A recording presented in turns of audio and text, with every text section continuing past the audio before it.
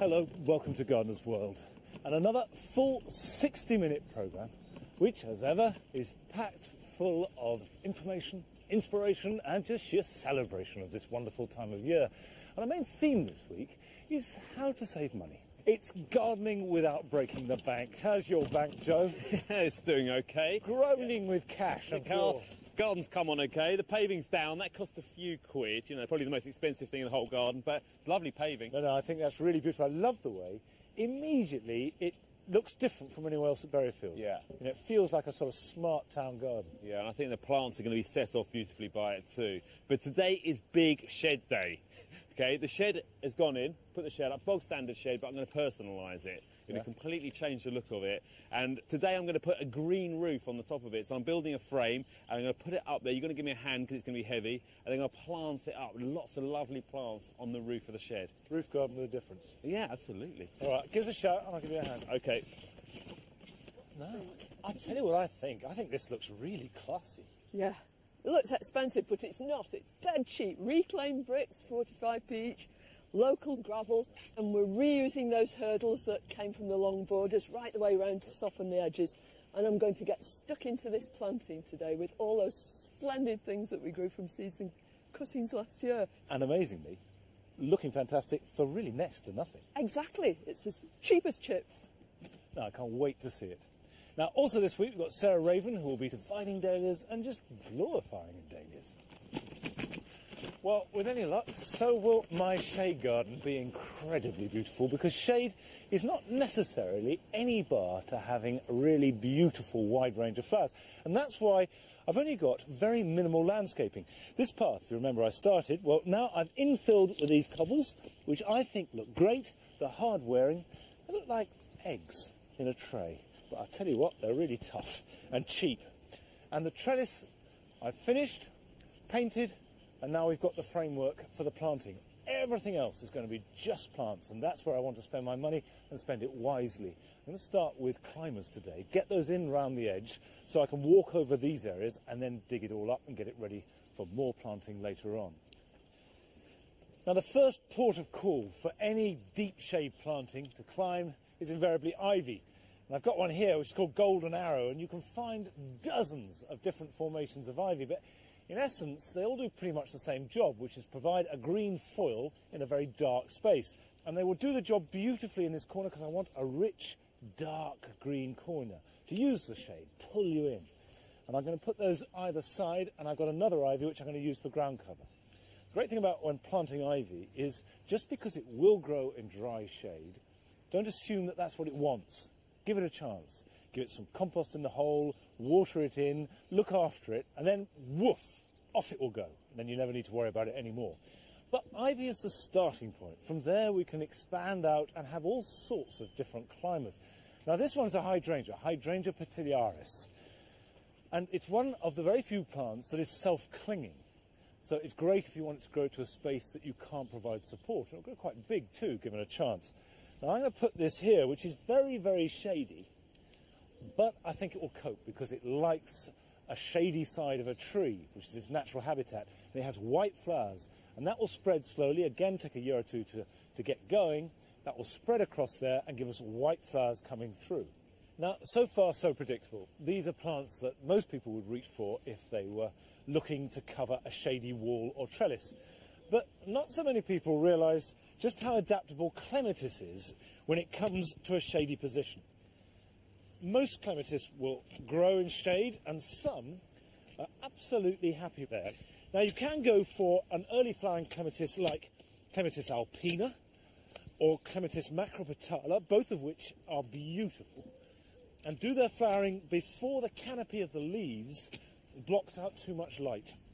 And I will be putting those in. But in this hole, I'm going to be planting a Clematis montana, which will grow quite happily on a north-facing wall, even though it's usually given a very sunny position, which actually I think is a waste of space because it's a tough old plant, montana. And I'm also not just putting in any old montana, but this is a local one. Clematis montana Warwickshire Rose. Because I'm very keen on getting plants that have meaning, plants that relate specifically to berry fields in this location rather than just anything you can pick off the shelf. Now, I've dug a fairly deep hole because I'm going to put in lots of this leaf mould and rough compost. And this is the real tip of planting clematis. First of all, plant them deep, and secondly, put lots and lots of really crude organic matter in the hole. And that's what clematis like. So don't give them your best, richest compost, but loose, half-made stuff. And then when you plant it, and I'll get rid of these sticks, which won't help here, look to get, a good 3 or 4 inches below the soil level. That way it'll be a lot healthier. Pack some more of this compost around it, so the whole thing has got its roots into lovely rich compost. And you do that whatever type of clematis you're planting, wherever you're planting it. Shady roots deep in the ground in rich, loose, fibrous material, and then mulch it heavily on top. One thing that I wouldn't think of putting out yet is cannas. But it's a perfect time to actually split them up and divide them. This is Imaniana, used to be called Iridiflora, and it's one of the best cannas there is. I'm going to turn it out. I think I can't tackle it with my bare hands. A couple of implements are needed. And I think it's so huge, I'm going to start off with a couple of forks. Once cannas do get growing, they're amongst the biggest and the most vigorous plants there are. Now, can you see inside here? Here are the old tubers, and here are the new shoots thrusting the way out, and that's what I'm after. I want a bit of old tuber, which will give the plant food and the energy to actually make new shoots, and a few of these infant little shoots here. And just look at that beautiful little precious new shoot. So that's one nice big chunk, and each of those I'm going to pot up. Now, it doesn't really matter what sort of compost you use, as long as it's very well drained and it's got a bit of fertiliser in it. And that's all that plant needs to get it going. And the whole idea of potting them on and putting them into the greenhouse is that you actually give them a flying start and help those new shoots to get bigger and stronger before you put the whole plant outside.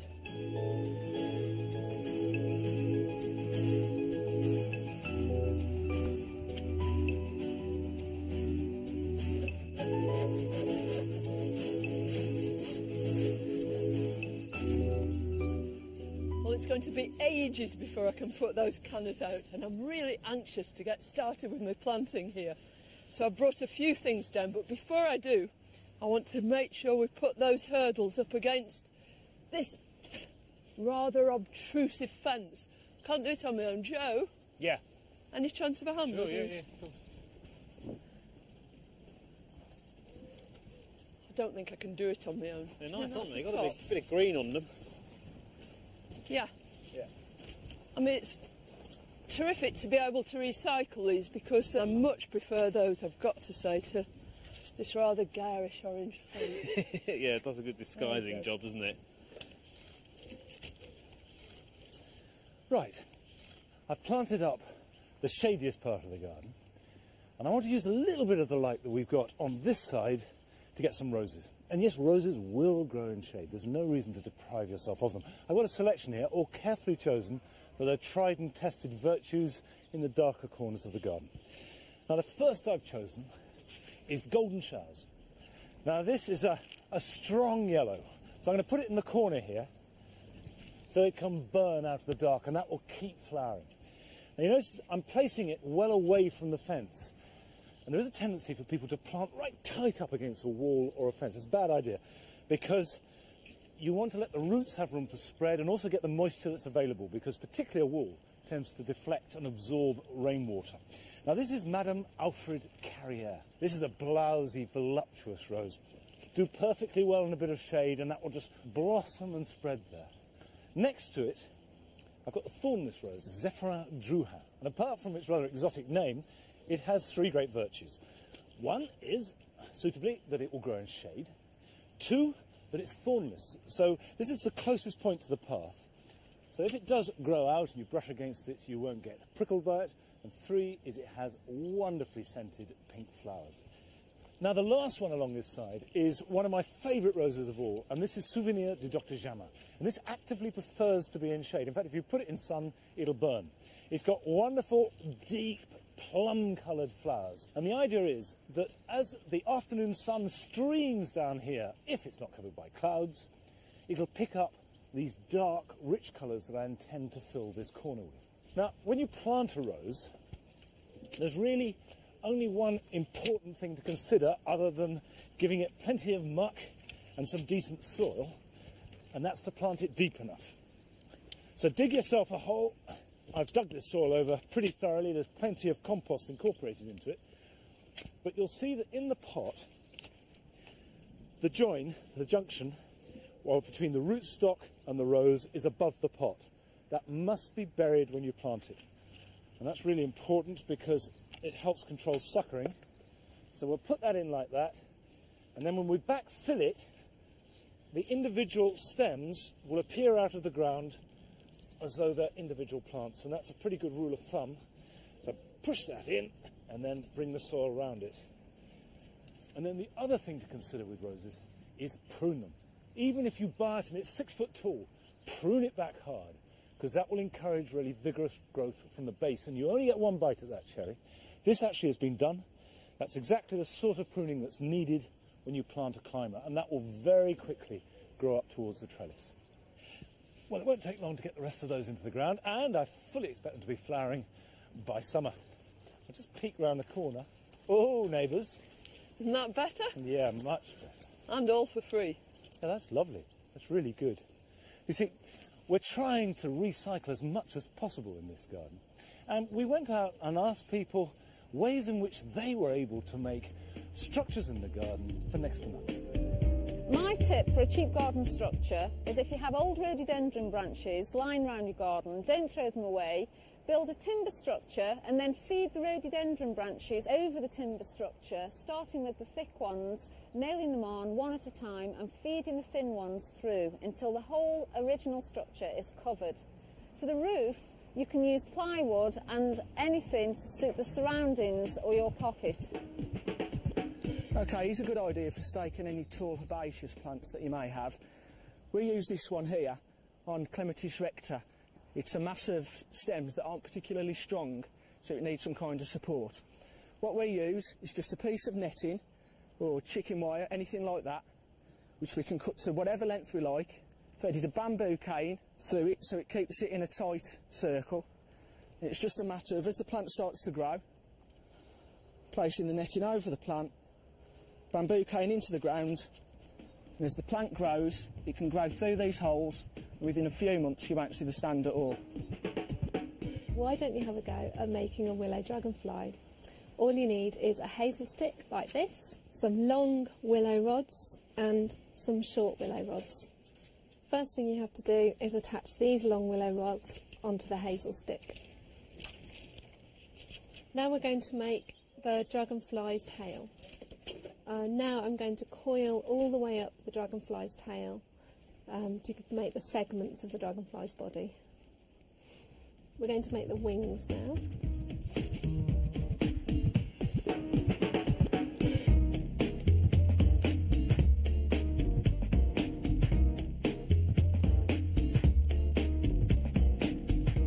That's it.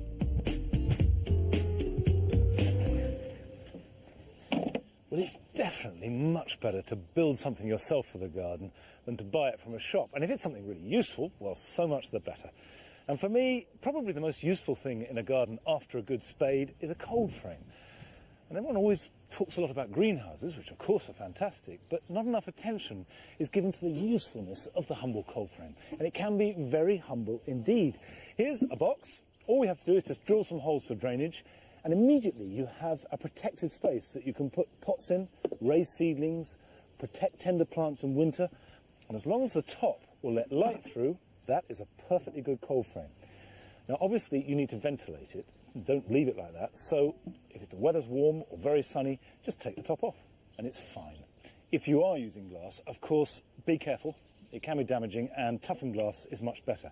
Now, the whole point about a cold frame is that it's an intermediary stage between total protection, which you get in a greenhouse or a windowsill, and the garden. So it doesn't matter if there's plenty of ventilation. In fact, you need to encourage that. And I found bricks just put together. You don't have to cement them in place, just bodge them together if you want a temporary cold frame. Work perfectly well. And just a simple space like that means that you can get a couple of seed trays in there. They're completely protected from wind and changes in weather. And then you can just put some polythene over the top. And hey presto, light has got in and it's not going to get saturated by rain. Of course, again, you do need to uncover that in the morning, otherwise they can burn. Now this is a slightly more sophisticated version. It's still a very simple box without a bottom, made from old scaffolding boards. And you can put your plants in there, cover it with polycarbonate sheet. Now polycarbonate's really good for this. You can buy that from any building supplier. But if you're worried during the day that the weather may change, to really improve it, a piece of netting over the top will act as shade to stop young plants burning. The water will go through and also will keep pigeons off too. But the real Rolls-Royce of homemade cold frames is here. Again, a polycarbonate top, sloping sides, put together, easily moved, and yet should last for years. And I made that earlier from 2 pallets. Before you start, do make sure that your pallets are non-returnable. Then prise them carefully apart. Also remove all the nails, because if you leave just one in, you're bound to tread on it. The length of the boards will determine the width of the cold frame.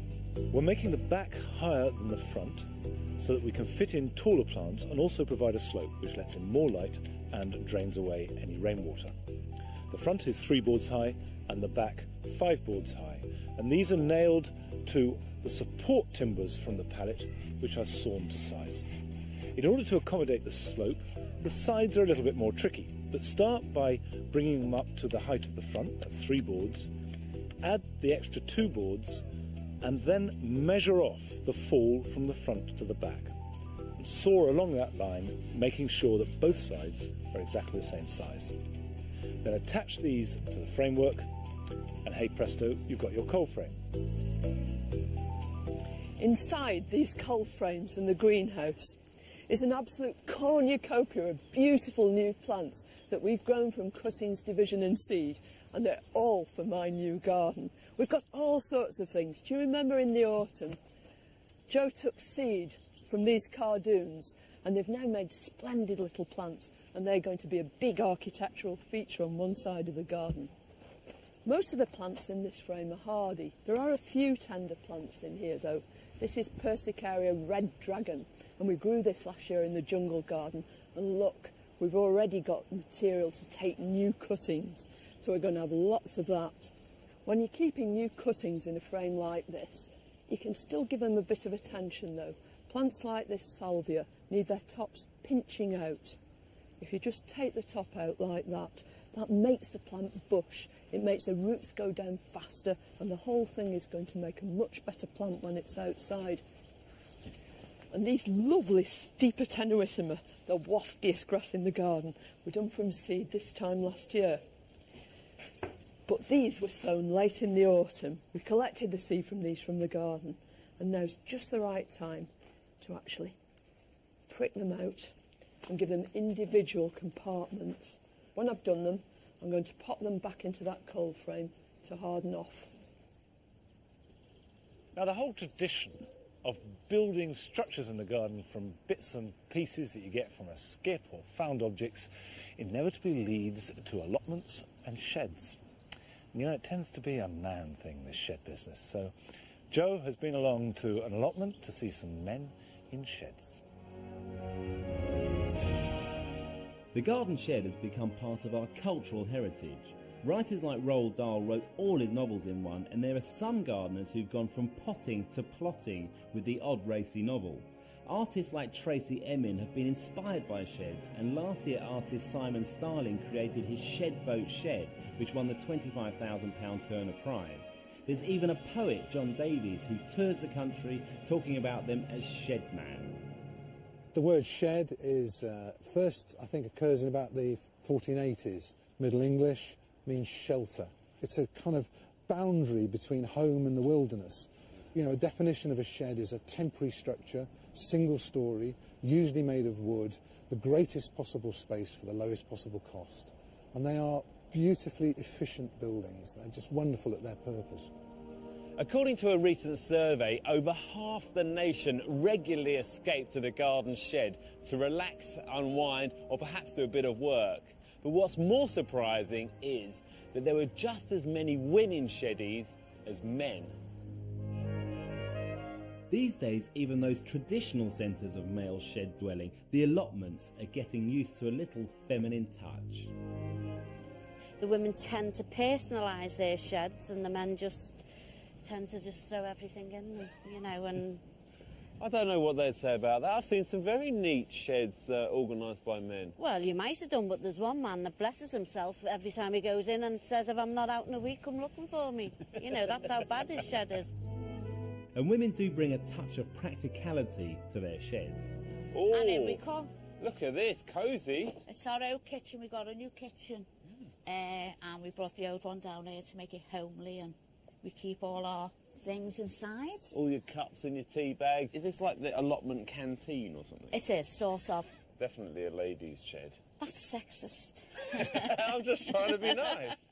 But on the allotment, even some of the men have been developing their domestic skills. You make all those in here, don't you, as well? And a big pan you on got, there. You got your little burning stove Sterilise the over there. bottles in the greenhouse outside there, and then we go in there, I pot them up in there, Yeah. and label them up. You grow it out there, bring it in here, Yeah. stick it in a bottle, and off it goes. Take it home, and give it to whoever wants it.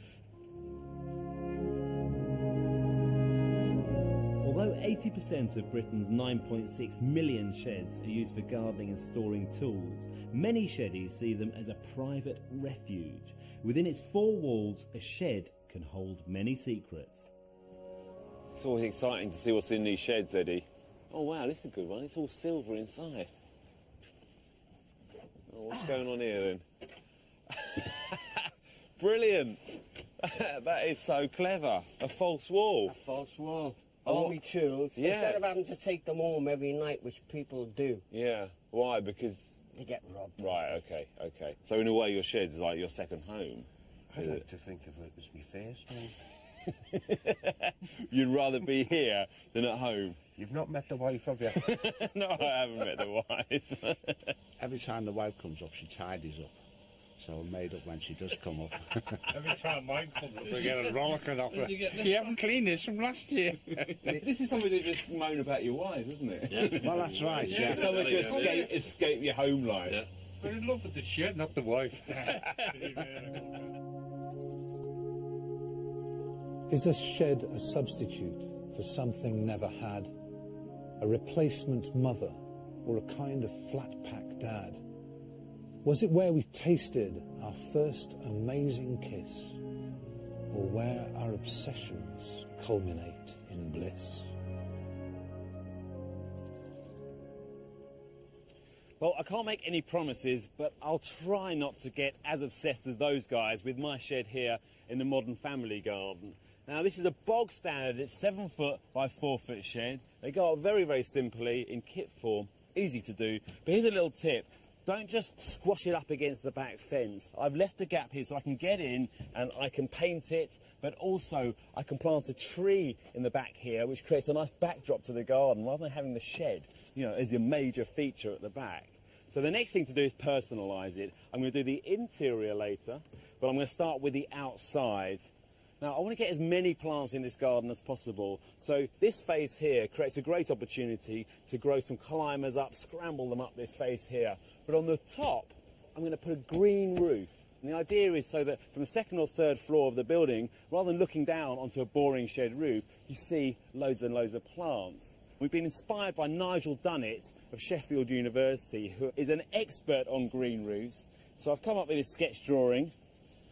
And it's very, very simple construction. It's just a box frame all the way round out of timber. And I'm making 6 compartments by dividing it up with more timbers on the inside.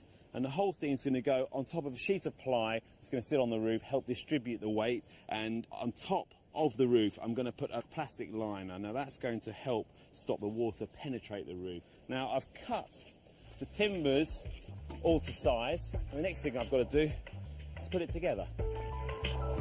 I've chosen an 8-inch board all the way around. This gives us as much depth of soil as possible so we can choose a wide variety of plants. I've used 6x1 boards to create the compartments within and screwed the whole thing together using these L brackets.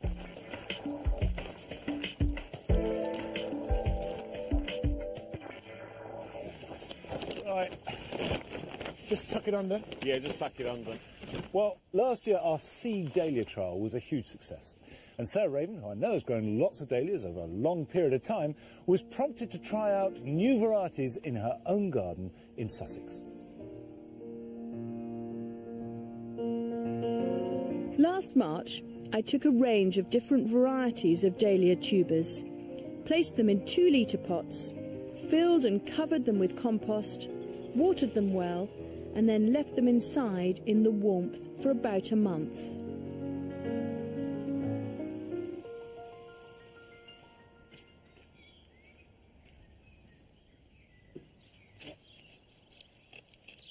In April, I dug up a huge tuber of my favourite dahlia variety called Rip City.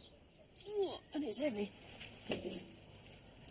I wanted to use this fantastic cultivar to set a dahlia standard, and by planting it at the back of a trial bed, use it as a comparison for a range of new varieties in my garden at Perch Hill.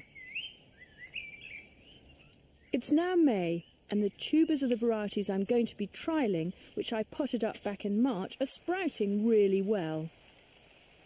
What you want to do is cut down and get a little bit of tuber, if possible, with the stem. You want to strip most of the leaves off your dahlia cutting, because otherwise the little stem has got so much sucking up to do of the water that it can't put down roots. And that gives you a solid bit of tissue which will root really easily if you just pop it in the soil.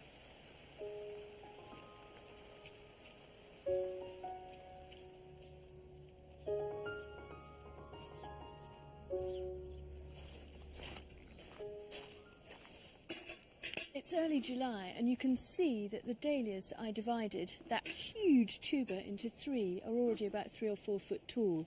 These are all rooted cuttings in the dahlia trial, all different varieties, and they're not quite chunky enough yet, so I'm going to take out the flower buds because I don't want them to flower, and pinch out the tips, and then they'll bulk out a little bit more. It's an exciting time in the dahlia calendar, as in just a few weeks these young plants will have bulked up and erupted into flower and will give me masses of colour from July all the way through until late autumn.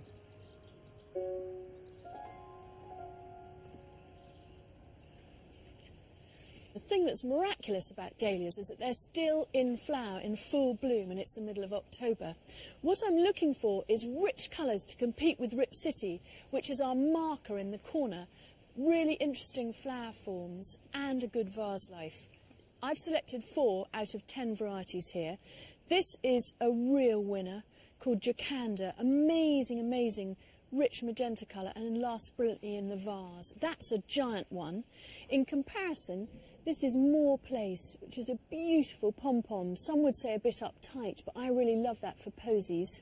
But my favourite of all, without doubt, is this incredible one called Black Monarch, which is huge, velvety and dark, and looks absolutely perfect, just a single flower floating in a bowl.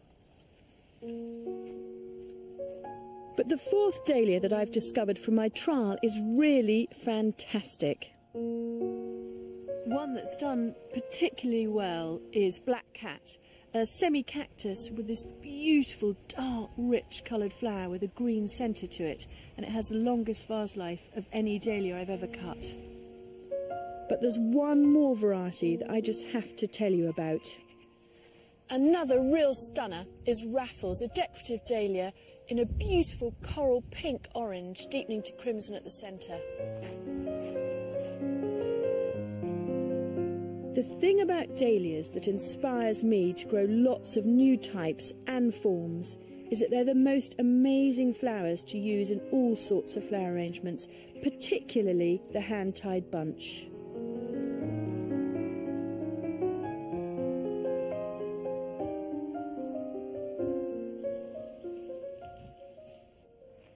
I not only did a dahlia trial at Perch Hill last year, of course we did a dahlia from seed trial here at Berryfields, and the ones we really loved were the dark-leaved varieties. And so I've just been to the garden centre to trial a few other dark ones. And this one, called Ellen Houston, is fantastic, literally jet black, incredibly glamorous leaves. When you're looking for a tuber in the garden centre, you don't have to go for size. Size is often down to the actual variety of dahlia. The thing you are really looking for, and you can feel it through the bag, is whether they're good and firm, and these are fantastic. There's no sign of softness, which will be an early indication of rot. So that's a very good, cheap way of getting dahlias, because of course that turns into this in just 1 year. So you plant them and they grow incredibly quickly. The great thing about dahlias is that they really want to do it for you. This is another beautiful variety that we all loved in the trial at Perch Hill, called Jescott Julie. And I'm literally using a bread knife, and I'm just going to make sure that I've got a stem in each section, and then I'm just going to cut it up. With this one, we've dug it up from the garden this morning, and you can overwinter them like that perfectly effectively. There we are, that's a good section off. But what you'll find is some of the tubers near the top of the soil surface may get frosted a bit, and that one has indeed been frosted. So as we divide it up, we just need to discard any soft bits like that, but the rest of them will be completely fine, and so that is one fantastic plant.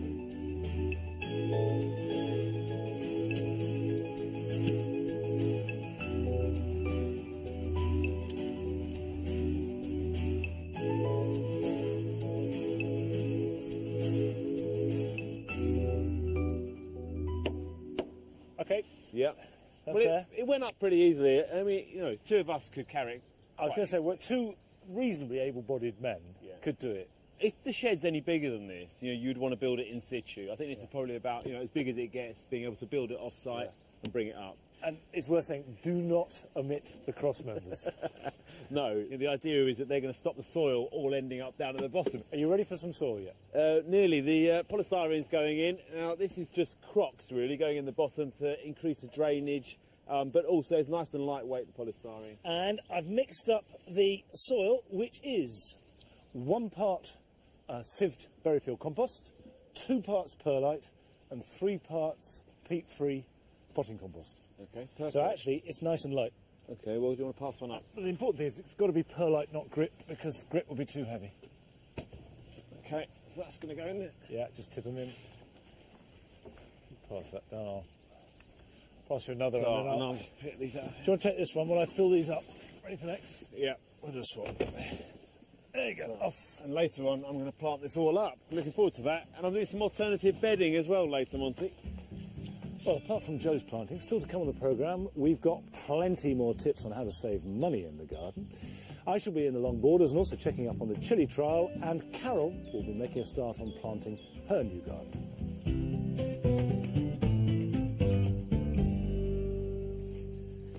Now, if you've taken part in our chilli trial, your seedlings have probably germinated by now, and it will be time for pricking them out. I'm just adding a little bit of vermiculite to a peat-free potting compost to lighten it up, because chilies like a nice free drainage. I've got some trays here of Fiesta, and if you remember we did Joe's Long, New Mix Twilight and Fiesta of our 3 trial chilies. And these are now ready for potting on, or pricking out. Now, I like to do it with a label. And the thing to do is just lift it out carefully with a bit of soil. Don't worry if it's a great lump. Oh, there you are, fallen off, but that won't damage the root. And there you can see. There you have a nice root system, and just with the other hand, just take up a little bit of soil like that, and then just gently filter your compost around it. Now, don't press it down, just shake it into position, and that will be absolutely fine. If you've not grown chilies before, think tomatoes. They like pretty much the same conditions, but just hold back on the watering and make sure there's lots of ventilation. They like to be well ventilated, and as a rule of thumb, don't water them after 4 o'clock in the afternoon, because if they sit in cold, wet compost overnight, that won't do them any good at all. Now, as well as our 3 trial chilies, we're also growing a whole range of others. I don't know if you read in the news a few weeks ago that they reckon they've got the hottest chilli in the world. That's the Dorset Naga. Good name. Now, you often see on seed packets the hottest chilli you can buy. And we thought when the Dorset Naga story broke, we would try out some of those seed packets and just see which is perhaps the hottest. And we've got 20. There are probably more. This is not a scientific test. We just thought we'd try them out. We've got some here. Each one of these is a different variety, and we'll grow those on, and then later on in the programme we'll send them away and have them tested. And inevitably, when you're doing a trial like this, you get lots of extra chilies, so we'll bring those along to the plant swap at Gardeners World Live, and if you've got any extra, bring them too. And between us, we can swap our chilies and any other plants we've got. And the plant swap has proved to be incredibly popular. It's a really good way to get plants for free. And here are some more tips on creating free plants in your garden. In the garden centres, you often find plants that are past their best for very little money. This is a lavender. You can see how it's dried out at the base of the stems, but there's still life at the tips. Now, the life at the tips, as in this Hebe, can be used to create more plants. We can adapt a method, a commercial method, known as dropping, where we sink the plant deeply into a pot. We then backfill with compost, and you end up, as in the case of this lavender here, with nice young shoots protruding through the compost.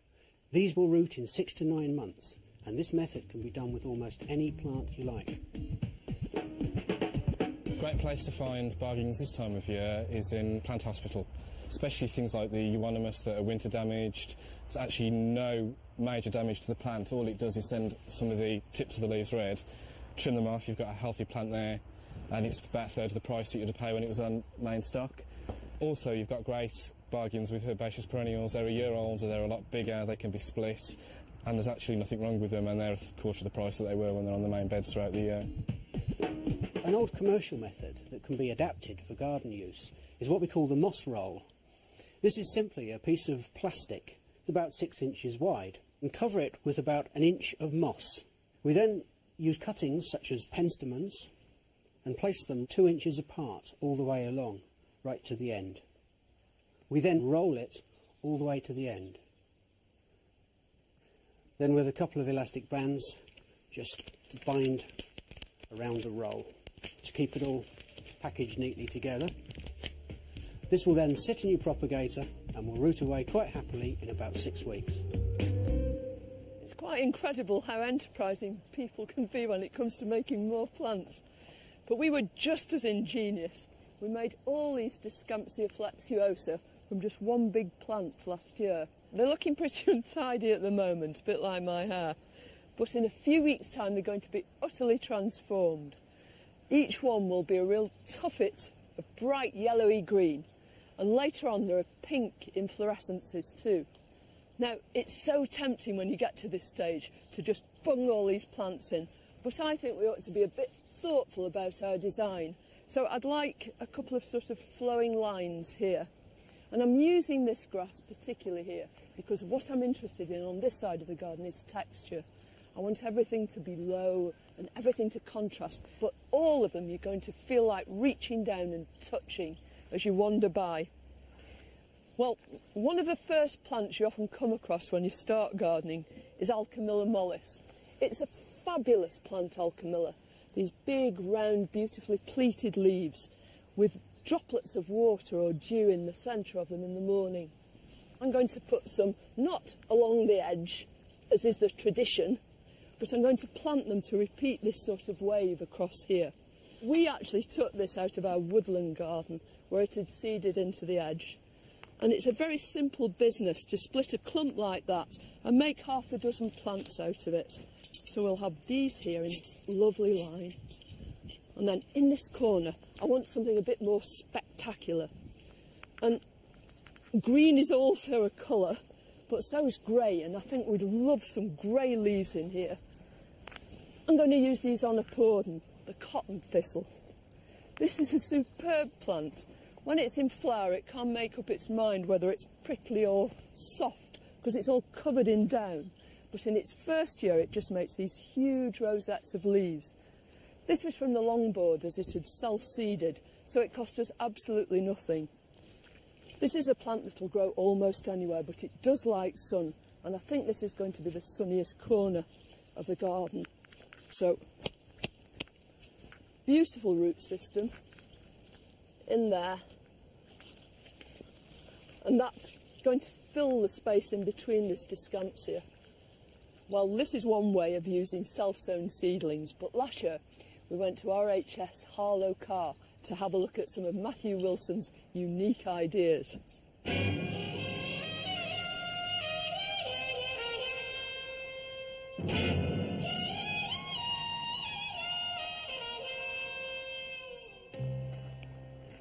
Traditional bedding.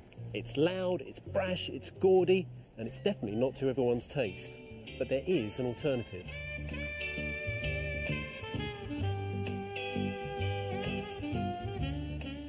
Meadow mixes are a cost-effective and simple way to bring loads of colour to your garden during the summer months. These are tough, easy-to-grow plants, so they're perfect for covering a bare piece of earth or a first-time garden. And they're great for wildlife and super colourful.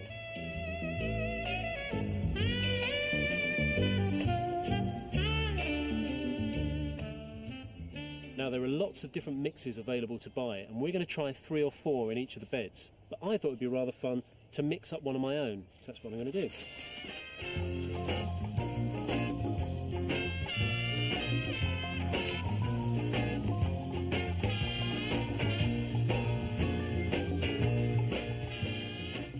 Now, you could spend a lot of time weighing out seed, but as a rule, enough to fill the centre of your palm is about right to do a square metre of soil. I'm sowing the seed directly onto the soil surface. A quick rake over to help get the seed down into the soil, and the job's done.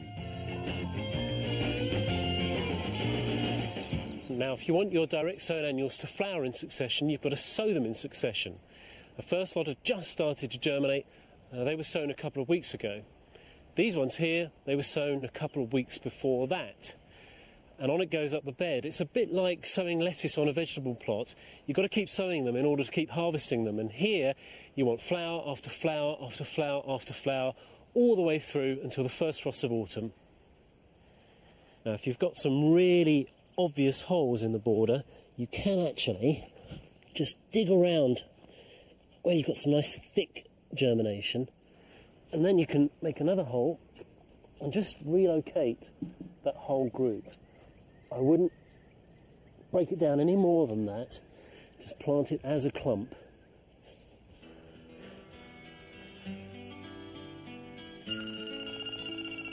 It's August, the mixes are in full flower, and for hardly any effort, the results are spectacular.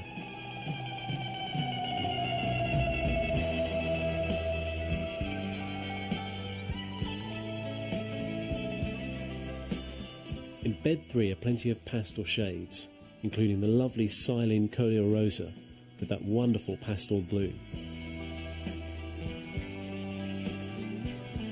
The frothy flower heads of Ammi Major sit alongside the wonderful dark flowers of Cerinthe Major Purpurea. Bed 2 is a truly volcanic mix, and here we've got some really hot and spicy stuff, with this wonderful, almost black cornflower.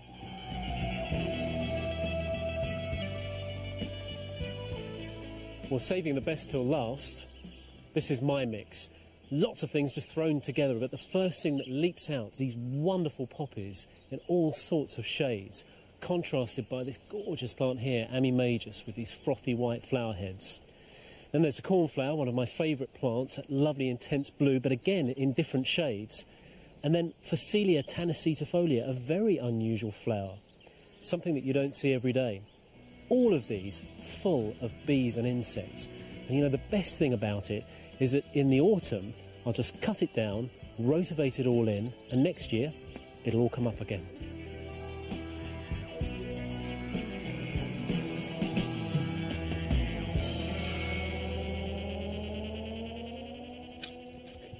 Matthew has inspired me to sow some colourful annuals here at Berryfields, and in this area here, we normally put some conventional bedding. Monty did some last year where he laid out a border all the way around the edge, and then there's quite an intricate design within that. But what I like about Matthew's approach is it's just much more naturalistic. It's going to be loads and loads of colour, but it's just so easy to do. And I'm going for some of these. There's 18 different varieties already in this single packet. Then I'm going to add some Mexican hats, some Eschscholzia as well.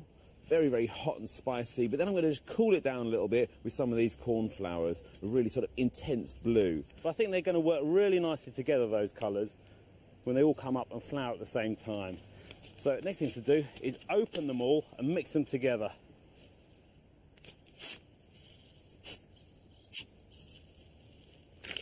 There we go. Now I'm just going to give that a little mix up. And then I'm going to add some sharp sand into it, or some horticultural sand, just to help with the distribution. I put a couple of handfuls of that in. And this is just going to help me get an even distribution across the ground. Then that's all nicely mixed up. Another great thing about the sand is you can see it on the ground where you've sown it. I go over the whole area first lightly, and then if I've got any more, I can just fill in some gaps where I've missed. I'm just going to lightly rake it over so that the seed is in contact with the soil.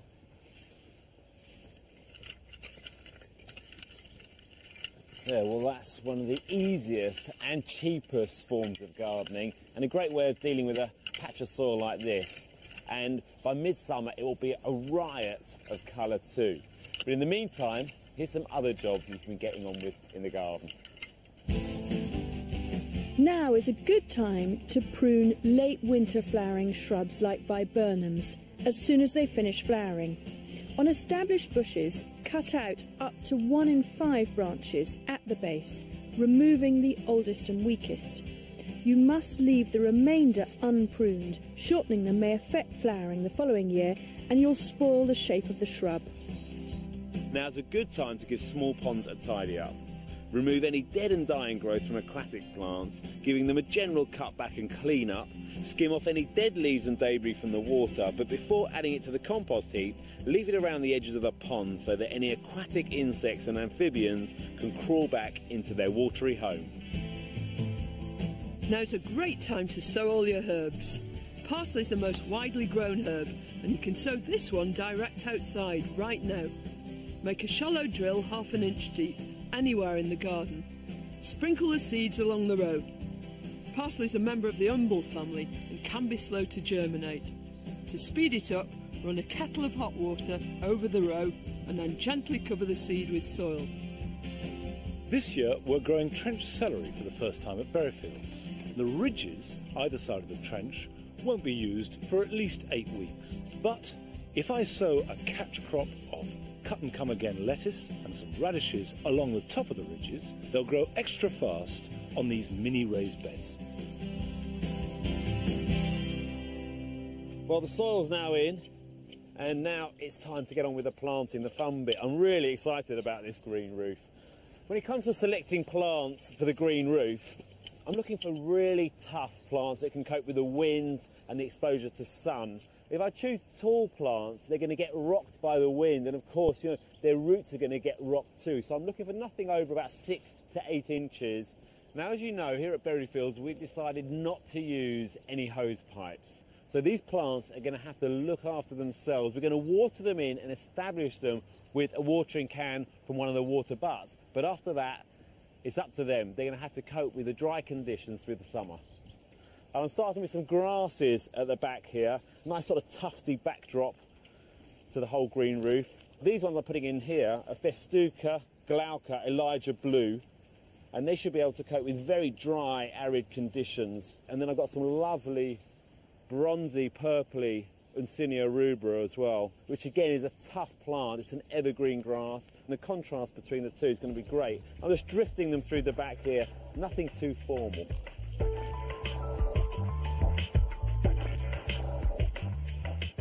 I found this pot of Sempervivum looking rather sorry for themselves, so I thought I'd release them onto the green roof here.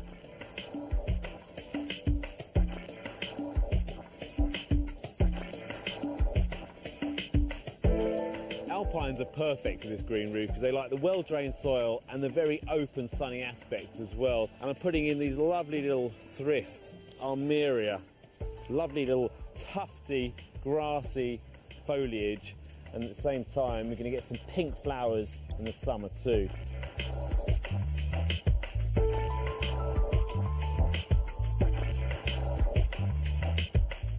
And now the final plant going in is this lovely pasque flower. It's a gorgeous colour.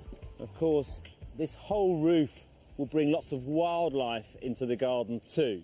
And what I like about it is, you know, the ground that we lost by putting a shed on top of it, we've reclaimed as garden space. And if you want to find out how to build a green roof like this, then look at our website. And that's it, all finished. I love it.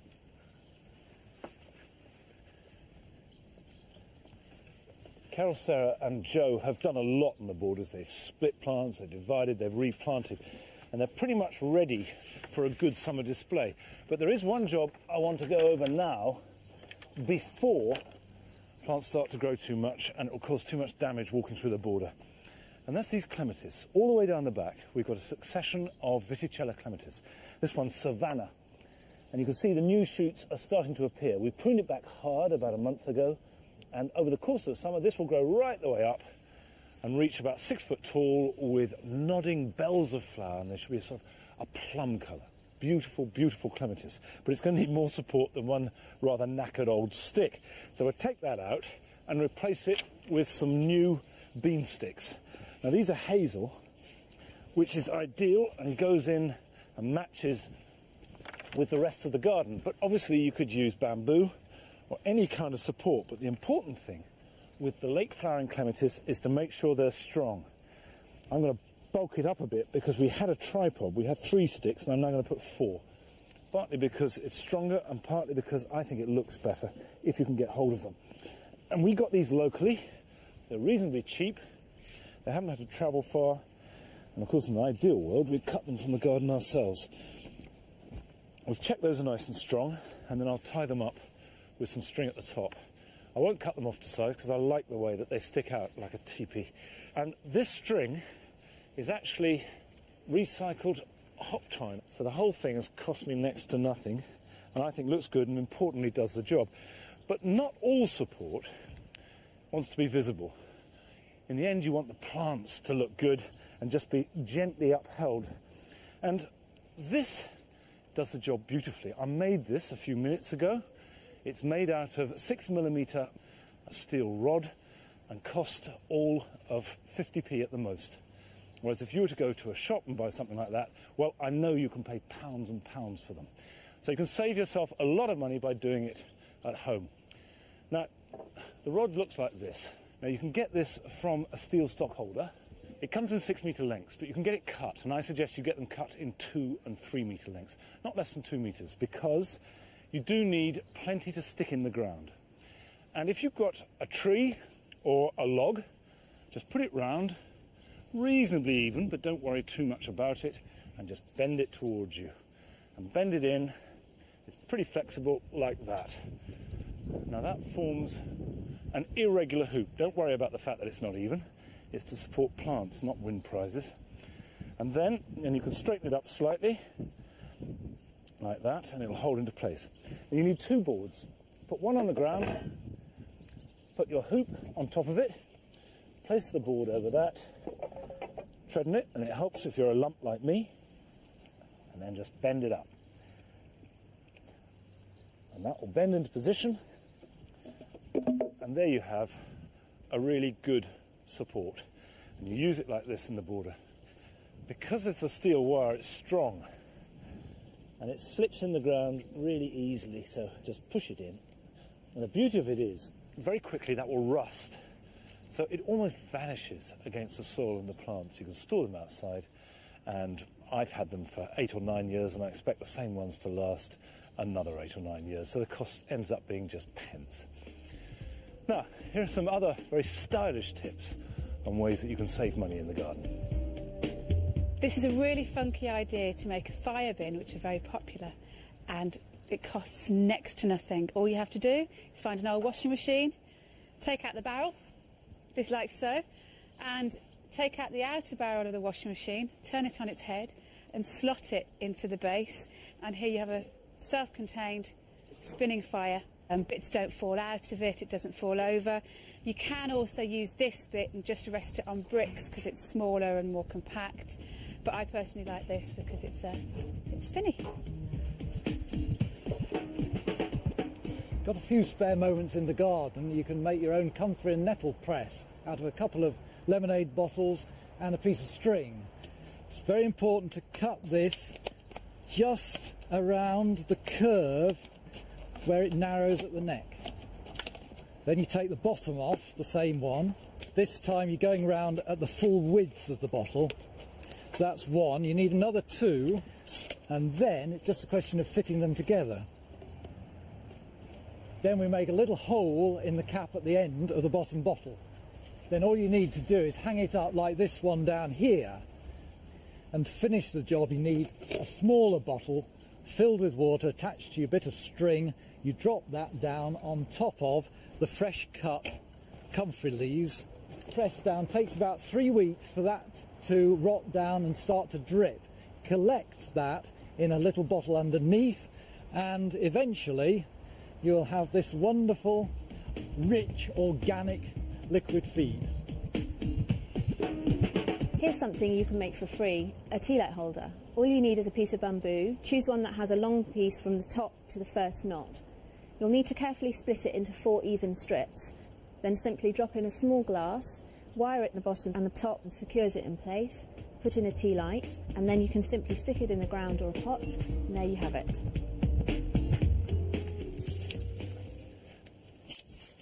Joe and I are removing the fencing from the formal garden. Not because we don't need any fencing here, but we've decided that this type of rustic hazel hurdle is not right. What do you think of that? You see, it's better anyway, just with the hedge behind it. Yeah, I think so. You know, we've got to work out what we're going to do with the boundaries and also the surfacing as well. This lawn doesn't work. I think we need a hard surface. Yeah, the idea is good, and we certainly want it. It's falling apart around our ears, but if we can just tighten it up, we can certainly make it better. And that's what I should be doing next time, which is taking stock of the gardens that we made last year, the formal garden, the jungle garden, the new shrubbery, and just working on them and seeing ways that they can be improved and developed. But it won't be next week. We're taking a fortnight off now, and we'll be back on Friday, May the 5th, at our normal time of 8:30 for a half-hour programme. So join myself, Joe and Carol then. Bye-bye. Spring is here, and now is the time when our Tulip Watch spring green bulbs should be beginning to flower. So contact us as soon as your tulips are fully open. Remember, that's when you can see their anthers. And you can do this by letter or by going to our website at bbc.co.uk/gardenersworld and filling in the online form. And with this information, we can plot the flowering pattern of the spring green variety right across the UK.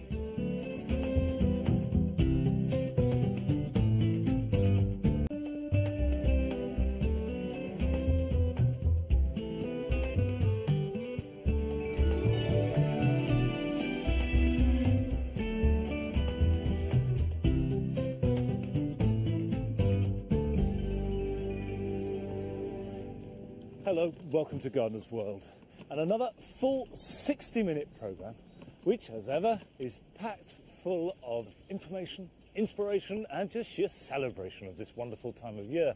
And our main theme this week is how to save money. It's gardening without breaking the bank. How's your bank, Joe? It's doing okay. Groaning with cash, I'm sure. Garden's come on okay. The paving's down. That cost a few quid. You know, probably the most expensive thing in the whole garden, but it's lovely paving. No, I think that's really beautiful. I love the way immediately it looks different from anywhere else at Berryfield. Yeah. You know, it feels like a sort of smart town garden. Yeah, and I think the plants are going to be set off beautifully by it too. But today is big shed day. Okay, the shed has gone in, put the shed up, bog standard shed, but I'm going to personalise it. I'm going to completely change the look of it. And today I'm going to put a green roof on the top of it. So I'm building a frame, and I'm going to put it up there. You're going to give me a hand because it's going to be heavy. And I'm going to plant it up with lots of lovely plants on the roof of the shed. Roof garden with a difference. Yeah, absolutely. All right, give us a shout and I'll give you a hand. OK. No, I'll tell you what I think. I think this looks really classy. Yeah. It looks expensive, but it's not. It's dead cheap. Reclaimed bricks, 45p each. local gravel, and we're reusing those hurdles that came from the long borders right the way around to soften the edges. And I'm going to get stuck into this planting today with all those splendid things that we grew from seeds and cuttings last year. And amazingly, looking fantastic for really next to nothing. Exactly. It's as cheap as chips. No, I can't wait to see it. Now, also this week, we've got Sarah Raven, who will be dividing dahlias and just glorifying in dahlias. Well, with any luck, so will my shade garden be incredibly beautiful, because shade is not necessarily any bar to having a really beautiful wide range of flowers.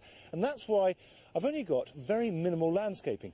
This path, if you remember I started, well, now I've infilled with these cobbles, which I think look great. They're hard-wearing. They look like eggs in a tray. But I'll tell you what, they're really tough and cheap. And the trellis I've finished, painted, and now we've got the framework for the planting. Everything else is going to be just plants, and that's where I want to spend my money and spend it wisely. I'm going to start with climbers today, get those in round the edge so I can walk over these areas and then dig it all up and get it ready for more planting later on. Now, the first port of call for any deep shade planting to climb is invariably ivy. And I've got one here which is called Golden Arrow, and you can find dozens